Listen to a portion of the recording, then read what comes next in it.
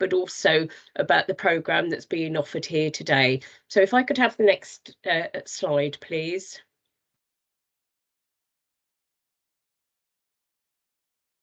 Thank you. So just for today's session, I want to give people an overview around health tech and being in the health and care technology sector. I've been working in this sector since 2004, when I started within Sussex. So Sussex is part of England in the UK, and then I jumped over the border to the country of Wales 10 years ago, doing similar jobs but on a countrywide basis. So just to give you a little bit of my background, I want to cover what are the knowledge and skills needed for careers, because it's a very different place from where I was in 2004. I used to say to people then, people working in health tech were like the lost tribe. People didn't know we were there.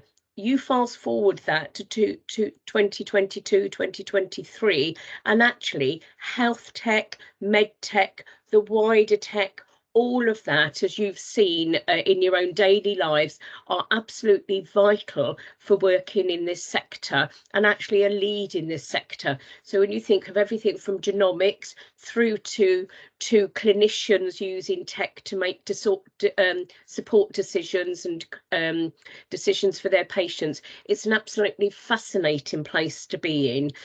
So I do urge you to think about all of the offerings that are here today.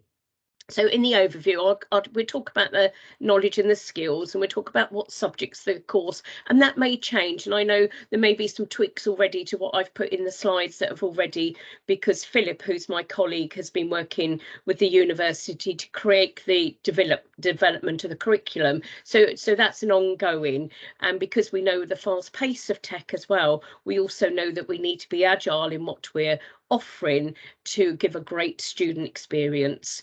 How will the course be delivered, and what does WIDI do? It's already been talked about, Wales Institute of Digital Information, and we call it WIDI for short. So that's what I'm going to cover in my short session.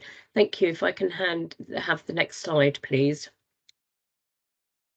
So as I alluded to earlier, there's a huge variety. We call it a broad church of skills and knowledge that are required for health tech careers, and some of those these days, and this is just a snapshot, this is not the depth, but business analysts, these roles have not been created years ago.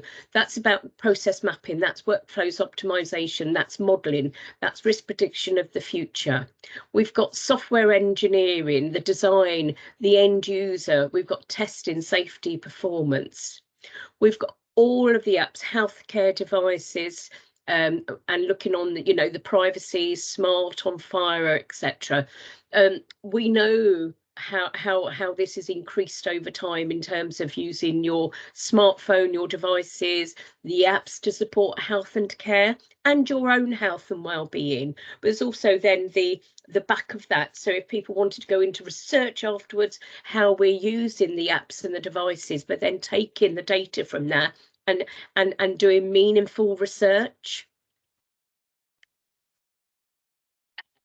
If you could tap on, please, because we've got data science, so I've alluded to that. That's around our machine learning, that's around NLP, real-time analytics. You know yourself that actually you want your medical and your treatment in real time, and we're doing research here in Wales, and obviously in other places people are doing it all of the time at the moment, how we're using the data to inform health and care for going forward, but how we're doing it in real time now and making a difference to patient care.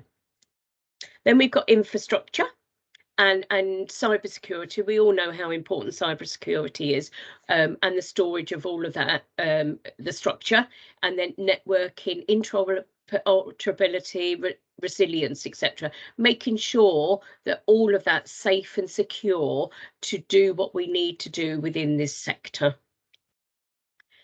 I've mentioned interoperability, which is our next one on the dots there, and that has to be underpinned by standards.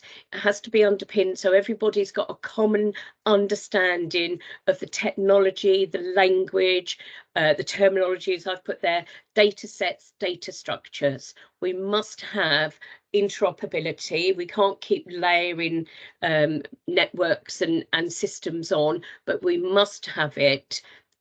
We must have it with the right information standards and the terminology, so we're all speaking the same language. Knowledge management is our next one that I took just a snapshot for today. And knowledge management, you know, that's about our computable guidelines. That's about decision support. I mentioned this a little bit earlier.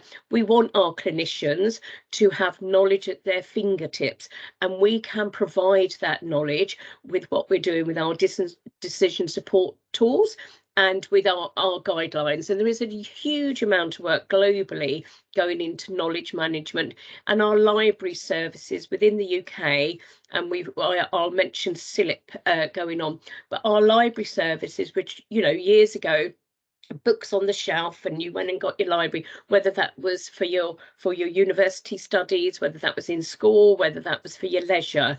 A lot of that now is, you know, as we know, through the use of technology. And so how do we make sure that it's the right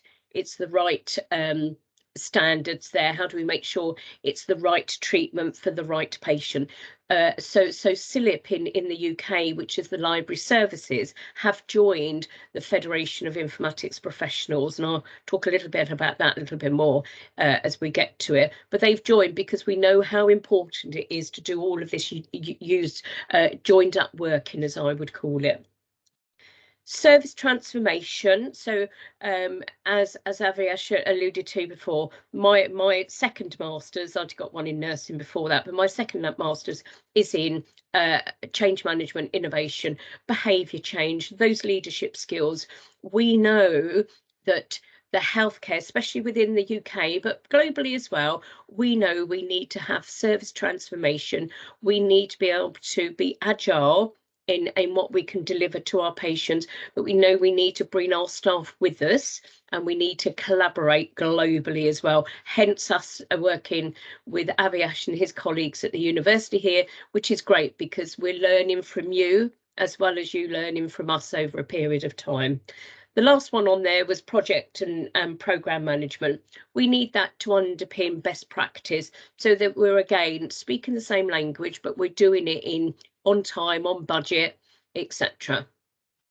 So in terms of what we're going to offer and work with you at the university, we use international educational criteria. So we have links to the USA, we have links to Australia, we have links into all of Europe through the European Medical Association as well. But within the UK, I'm a fellow of the BCS, the British Computer Society. So's Philip, who'll be working with you as well. And we actually run the Health and Care Executive Committee. Philip's the chairman, and I'm the assistant executive for professionalism. As was mentioned in the beginning, I'm passionate about developing our next generation of health informatics and MedTech people across the globe. So we come with some street credit, actually. So I've mentioned CILIP there. Faculty of Clinical Informations to the Informatics, that's our clinicians across the UK. They've joined a body of people that work within informatics within the MedTech sector of healthcare. And I sit on that board. Sorry, I'm just using the one before. If we could go back to that one, do you mind? That's it, thank you. And then we've got ERM, we've got Sockton, which are local authority, ERM, which is our records management, which I talked about being before in terms of guidelines standards. I'm a CHIME certified health informatics CIO, and that's a UK-based, USA-based qualification, and I sit on their advisory board for the UK, and all of that is under the Federation of Informatics Professionals. I'll talk about Woody in a minute. So hopefully you can see that collaborating with you, we can draw upon our international, we can draw upon our UK, but we can also work in collaborative, because as I've alluded to on many of occasions, it's about shared learning across the globe. So thank you. If I could have the next slide, please. Now, this is what we've been working very closely with the university with, in terms of what subjects do the course cover. And as I say, this might be tweaked and might have already been tweaked because it's been done in real time between Philip and Aviash and his team. But there is that introduction to those recent advances. As we've said, this is a really fast growing, fast paced career opportunity. So it is looking at the latest in the patients and citizens apps. What are those apps that are keeping people alive and helping through the discharge of the healthcare sector, like virtual wards that we've got across the UK? But what are those other ones that people are using? Fitbit, for example, and you doing your own health and wellbeing treatment. Learning and health systems, what are those systems that are around the globe at the moment? Public health analytics, we know that public health is really, really important and should be leading the way across the globe in terms of determining what needs to happen in the future as well as what's happening today. That talks into machine learning and diagnosis. We've seen the developments of that. And then clinical decision support. How are our clinicians who are working on the front line with those patients, how are they making those decisions based on their clinical expertise, but based on the tools that are around for them as well? And then there's the basics of the sort of MedTech health, and that's about user-centered design. Are we designing for users? Sorry, can I just go back on to the last one? Sorry. Yeah, sorry. Yeah. Are we designing it right? Has it got the safety? Are we linking it to electronic patient records wherever they are in the world? How are we prescribing apps for patients? What's the and that's around their treatment and their pharmacy, and what's the role? And then it's about overview of global healthcare systems, the taxation-based systems in the UK and Denmark. We can compare and contrast. We've got lots of experience working in Europe and working with research-based organisations across Europe. And then obviously very important, the role of India and what you're doing there, and how we can help that, but also how we can learn for the UK. And what's the role of the World Health Organization in all of this? Next slide, please. Am I all right for time, Aviash? Am I all right? So absolutely. We are booked for 1 hour. Brilliant. So, yeah. So I can slow down a little bit and then take some questions. Okay. Absolutely. So oh, next one. That's it. If we can keep on that one. So what we're looking in year one is a real introduction to digital technology in health and care provider institutions. So we need to look at the basics, and we need to look at all of the systems, from whole systems, primary care to hospital care, to the back office, mental health and social care. And that doesn't matter where you are in the world. Those names may change. It might not be primary care or hospital systems, but the concepts and the actual implementation will be the same the globe over. So what do we need? And what do we need to understand if you're working in careers in this going forward? What is it that we need to have a baseline of information on? And then I've already alluded to the sort of standards, whether they're through interoperability, but Philip is the expert in FARA, SOMEND, ICD-10 and going on to ICD-11. So he has that base and background that can give you the fundamentals that if we don't get the healthcare data standards right, then it takes a long time to unpick it going forward. So where's the baseline of standards? I would come in, and there will be others across the system of teaching staff as well, about systems thinking, because as I alluded to before, this is about innovation, this is about change management, this is about people, this is about leadership, and lots of areas here. This research always shows you, and this goes on year after year, something like 65% of all IT, whatever IT means, projects will fail because we haven't brought the people with us who are going to use the systems. So how can we support our clinicians? How can we support our citizens? How can we support other people who may not be using clinical systems, but will be using other systems that, so back office systems as we've got there, who may not be our clinicians, but actually need to understand the part that they play in all of using technology, service transformation.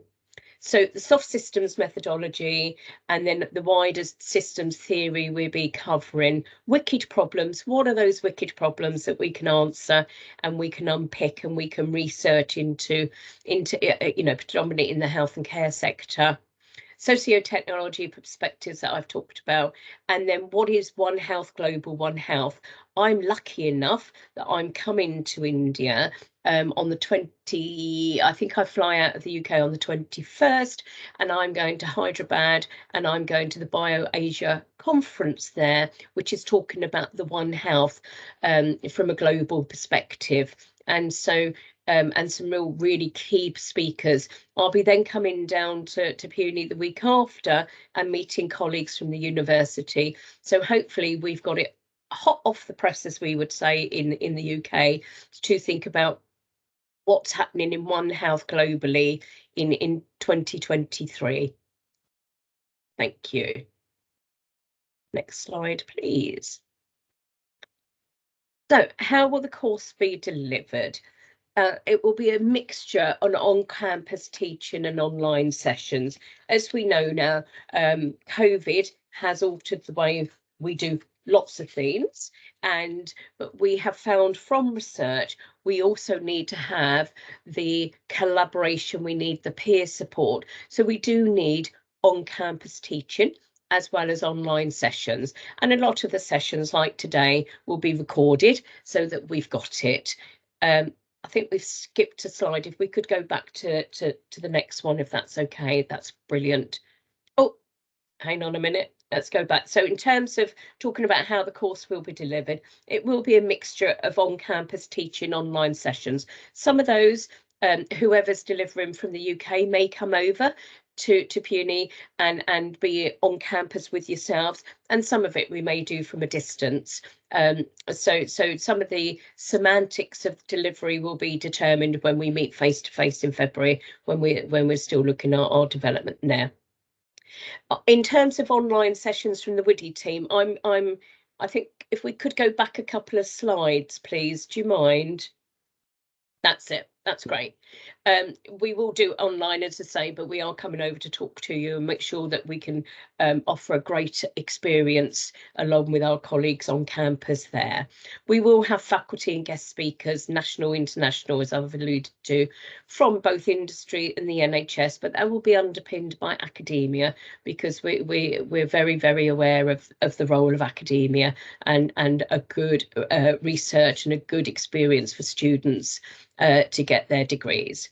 There will be seminars with group work. Obviously, there will be the assigned reading and analysis, and that will be tailored to each of the modules that you'll be undertaking. And there will be practical exercises. So the mixture of practical assessments, seminars, and so a normal, what you would call a normal academic university development career opportunity through doing a really great experience as a student at the university.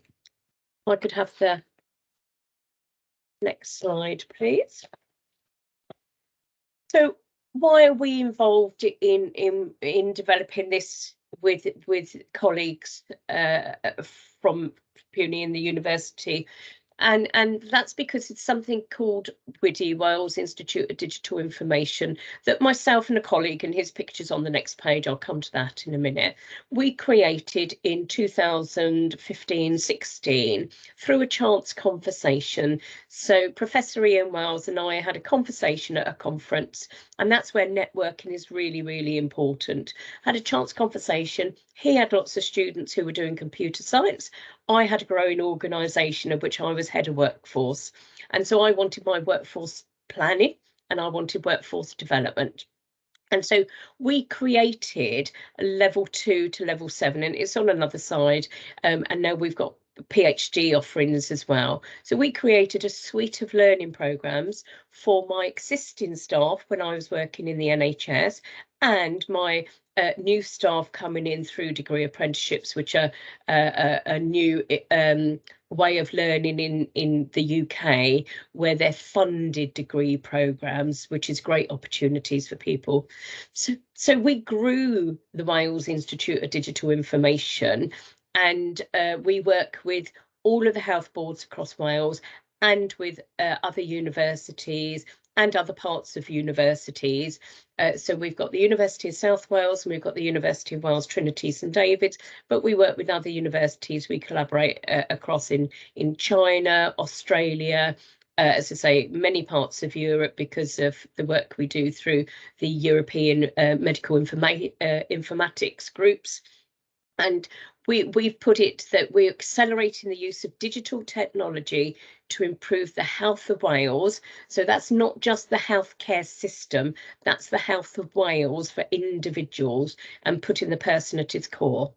And as I talk about, it's for me, there's those three areas. It's the citizens. What are we doing to support the citizens of Wales in them owning their own health and care agenda?